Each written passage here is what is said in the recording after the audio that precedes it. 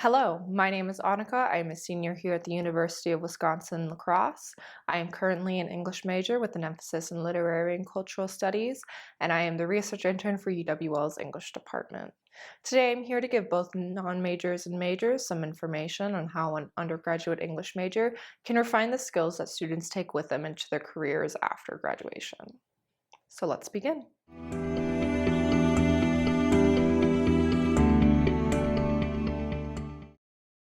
In the last several years, there's been a popular idea that English and humanities graduates in general are not as well off compared to STEM graduates, which is just not true. And there's multiple studies and statistics proving this as well. Not only are we finding successful careers, as the graph indicates, but we are also branching out into areas like medicine, business, law, and media. Although these statistics were published in 2012, it is almost certain that our students have continued to branch out even more. Your favorite shows, movies, and even WWE storylines likely had a former English student working behind the scenes to give you those memorable performances. And when we examine other occupations, we'll find that English is making immeasurable contributions as well. To be in the humanities is to be involved in every facet of the human existence. I mean, it's literally in the name. So it actually makes a lot of sense that English majors have been continuously expanding into a variety of occupational categories rather than being confined to education as the infamous English stereotype would suggest.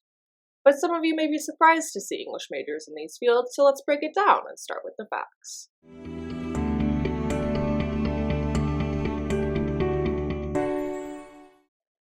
For the last 2 decades, since 1998, English majors have consistently surpassed other STEM undergraduate majors' acceptance rates into medical school.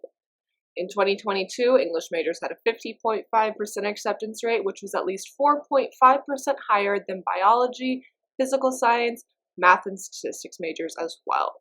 And in years prior, our majors have left their mark in medical school demographics and have only improved as time has passed.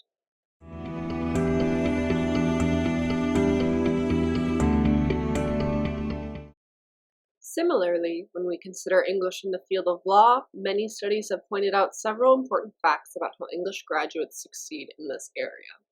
Our graduates attend more prestigious law schools, earn higher test scores and grade point averages, and achieve higher premiums after entering a legal career, suggesting that English graduates benefit the most from a career in law as compared to other fields.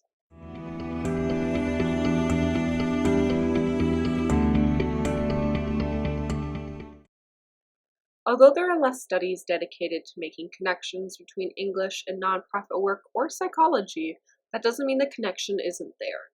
The skills we refine at an undergraduate level prepare our majors and minors to not only make informed decisions about where they'd like to put their support towards, but to make critical and thought-provoking arguments in support of an organization as well. But when we consider psychology, where students dedicate themselves to understanding why people think, feel, and act the way they do, English lends a helping hand as well.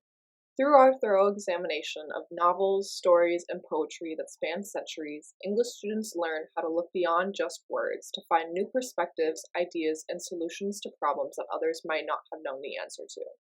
As a result, the bridge between English and psychology is found in the patients themselves, because our minds are stories too, characterized by what we've experienced, and English students are carefully and thoughtfully instructed on how to evaluate stories, even if they only exist in our minds.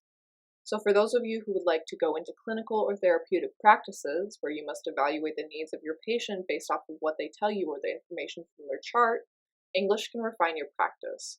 Knowing why your future patients think, feel, and act the way they do through the lens of English is important for making correct diagnoses and giving proper treatment. So we see now all these different ways in which English interacts with and enhances other fields. But even for those of you who have no intent on joining English today, there is still an overarching message that I insist that all of you carry with you as you leave this video today. English can connect you to anything. The world, its people, but most importantly, your future. There's no one way to get anywhere, and the experience of higher education is so much more than letting a major decide your career path for the rest of your life. So if you're curious, reach out to us, and we will give you the skills you need to create a future on your own terms.